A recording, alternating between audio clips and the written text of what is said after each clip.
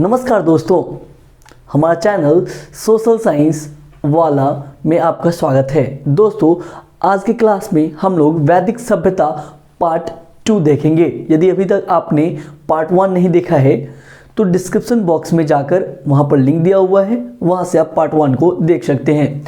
दोस्तों, जैसा कि आप जानते हैं कि हमारे चैनल पे लुसेंट का बुक कंप्लीट करवाया जाएगा, तो अभी तक आप यदि चैनल को सब्सक्राइब नहीं किए हैं तो चैनल को सब्सक्राइब करें, साथ ही बेल आइकन को हिट करें ताकि आने वाले वीडियोस का नोटिफिकेशन आपको मिलता रहे। दोस्तों, आज के वीडियो में हम लोग बात करने वाले हैं आर्यों के समाज के बारे में। साथ ही ऋग्वैदिक काल में दिशा को किन नामों से जाना जाता था, इस समय जो लेडीज थे, जो स्त्री थे, उनकी स्थिति क्या थी, क्या कर सकते थे, क्या नहीं कर सकते थे, इन सभी चीज़ों के बारे में हम लोग जानेंगे। तो सबसे पहले मैं आपको बताता हूँ कि ये जो आर्य थे, जो आर्यों का जो समाज था वह कैसा था। वो था पितृ प्रधान, वो समाज था पितृ प्रधान। साथ ही इस समाज का जो सबसे छोटा इकाई था, जो सबसे छोटा इकाई था वो था कुल या परिवार, कुल या परिवार। ठीक है, कुल या परिवार। इसके जो हेड होते थे, जो मुखिया होते थे, वो होते थे पिता, मुखिया होते थे पिता, जिन्हें कहा जाता था कुलप, जिन्हें कहा जाता था कुलप। अब बात करते हैं स्त्रियां। जो स्त्रियां थी वो इस काल में पति के साथ यज्ञ में भाग लेती थी, जो यज्ञ होता था उसमें भाग लेती थी। साथ ही वो शिक्षा ग्रहण कर सकती थी, साथ ही वो शिक्षा ग्रहण कर सकती थी। कभी यहाँ पर एक बात हम मेंशन नहीं हुआ है, मैं आपको बता दूं कि इस काल में यदि किसी स्त्री के हस्बैंड डेथ कर जाते थे तो वो अपने देवर से शादी कर सकती थी, वो विवाह कर सकती थी। साथ ही बाल विवाह एवं प्रथा प्रथा का प्रचलन नहीं था, ये नहीं था। बाल विवाह और प्रथा प्रथा का प्रचलन इस काल में नहीं था। अब बात है कि वैसी महिलाएं जो जीवन भर अविवाहित रहती थी, जो जीवन भर अविवाहित रहती थी, उन्हें अमाजू कहा जाता था, उन्हें अमाजू कहा जाता था। साथ ही अपने जीवोपार्जन के लिए जो लोग वेद वेदांग को पढ़ाते थे, मतलब वेद वेदांग पढ़ाने वाला जो अध्यापक थे, उनको उपाध्याय कहा जाता था। उनको क्या कहा जाता था? उपाध्याय कहा जाता था। ये जो आर्य थे, आर्य का जो मुख्य पेय पदार्थ था, मतलब जो पीने वाला पदार्थ था, ये था सोमरस। ये सोमरस पीते थे। और ये सोमरस बनता कैसे था? तो ये वनस्पति से बनता था, पेड़ पौधों से बनता था। अब बात ये है कि यदि ये वहाँ रहते थे तो वस्त्र भी पहनते होंगे निश्चित रूप से। तो ये 3 प्रकार का वस्त्र पहनते थे। इसमें था वास, अधिवास और उसनिस। ये अलग अलग प्रकार के कपड़े थे, वास, अधिवास और उसनिस। साथ ही अंदर पहनने वाला जो कपड़ा था उसे कहते थे निवी, उसे कहते थे निवी। जो अंदर पहनने वाला कपड़ा था उसे क्या कहते थे? निवी। इनका जो मुख्य व्यवसाय था, इनका जो मुख्य व्यवसाय था वो था पशुपालन और कृषि, वो था पशुपालन और कृषि।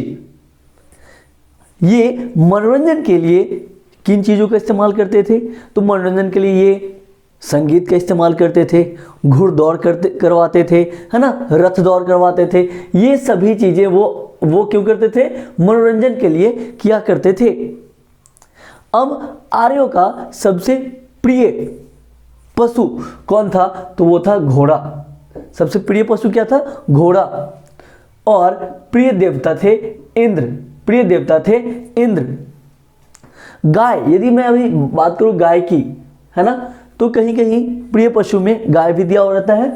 तो गाय को ये जो आर्य थे वो अघन्या की श्रेणी में रखे हुए थे, अघन्या। अब बात यह है कि ये अघन्या होता क्या है? तो अघन्या का मतलब ये है कि जिसे मारा ना जा सके, जिसे मारा न जा सके।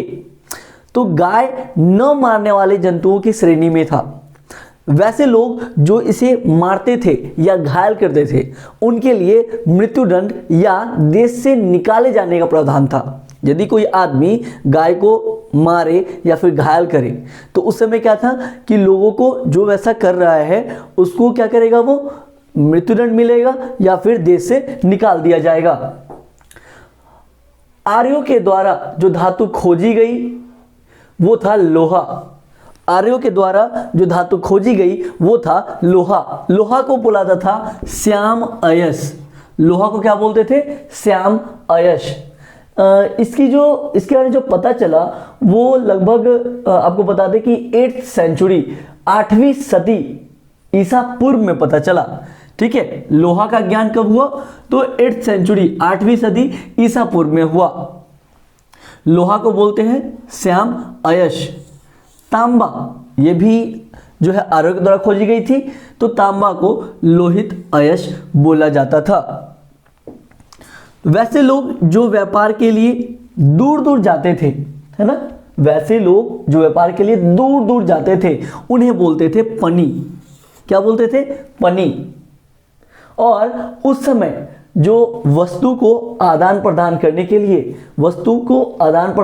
लिए एक प्रणाली था, एक सिस्टम था जिसका नाम था वस्तु विनिमय, बार्टर सिस्टम। इसमें क्या होता? सामान के बदले सामान लेन देन करते थे। ये था बार्टर सिस्टम, जिसको बोलते हैं वस्तु विनिमय प्रणाली। वस्तु विनिमय प्रणाली। अब है कि वैसे लोग जो ऋण देकर ब्याज लेते हैं, कि पैसे दे दिए और उसमें क्या कर रहे हैं, वो ब्याज लेते हैं, तो उनको बोलते थे वेकनॉट। क्या बोलते थे? वेकनॉट या सुदखोर ठीक है, वेकनॉट या सुदखोर। अब बात करते हैं ऋग्वेद में जो सबसे पवित्र नदी हुई, सबसे पवित्र नदी। ठीक है, तो पवित्र जो नदी हुई उसका नाम क्या हुआ? सरस्वती। पवित्र नदी का नाम हुआ सरस्वती। सरस्वती नदी, सरस्वती। अब गंगा का उल्लेख एक बार किया गया है। गंगा का उल्लेख एक बार। ऋग्वेद में यमुना का उल्लेख 3 बार किया गया है, जबकि सिंधु का उल्लेख सर्वाधिक बार किया गया है। ऋग्वेद में सबसे पवित्र नदी कौन हुई? सरस्वती। गंगा का उल्लेख 1 बार, यमुना का उल्लेख 3 बार और सिंधु का उल्लेख सर्वाधिक बार किया गया है। अब बात है कि दिशा, यहां पर दिया हुआ है दिशा। उत्तर वैदिक शब्द कि ये किस शब्द से जाने जाते थे उस समय में, साथ ही राजा। तो पूर्व जो है, जो पूर्व दिशा है उसे प्राची कहते थे। पूर्व दिशा प्राची, ये राजा थे सम्राट। पूर्व प्राची सम्राट, पश्चिम प्रतीची स्वराष्ट्र, उत्तर उदीची विराट, दक्षिण अवाची भोज, मध्य राजा। ठीक है, देखो उत्तर वैदिक शब्द में वो मध्य ही है। ठीक है, एक बार रिपीट करेंगे आप। पूर्व प्राची सम्राट, पश्चिम प्रतीची स्वराष्ट्र, उत्तर उदीची विराट, दक्षिण अवाची भोज, मध्य राजा। तो ये आपका दिशा, उत्तर वैदिक शब्द और राजा। अगला जो पार्ट 3 होगा उसमें हमारा ये लेसन फिनिश हो जाएगा। उसमें हम लोग ऋग्वैदिक नदियों के बारे में जानेंगे, ऋग्वैदिक देवताओं के बारे में जानेंगे, साथ ही उत्तर वैदिक काल के बारे में जानेंगे। दोस्तों, आप यदि चाहते हैं कि धीरे धीरे अपना लेसन फिनिश करना, साथ ही लुसेंट को पूरा कंप्लीट करना, तो हमारे चैनल से जुड़ जाइए। कहते हैं कि धीरे धीरे रे मना, धीरे सब कुछ होए। तो भैया धीरे धीरे, है ना, माली सींचे 100 घड़ा, ऋतु आए फल हुए।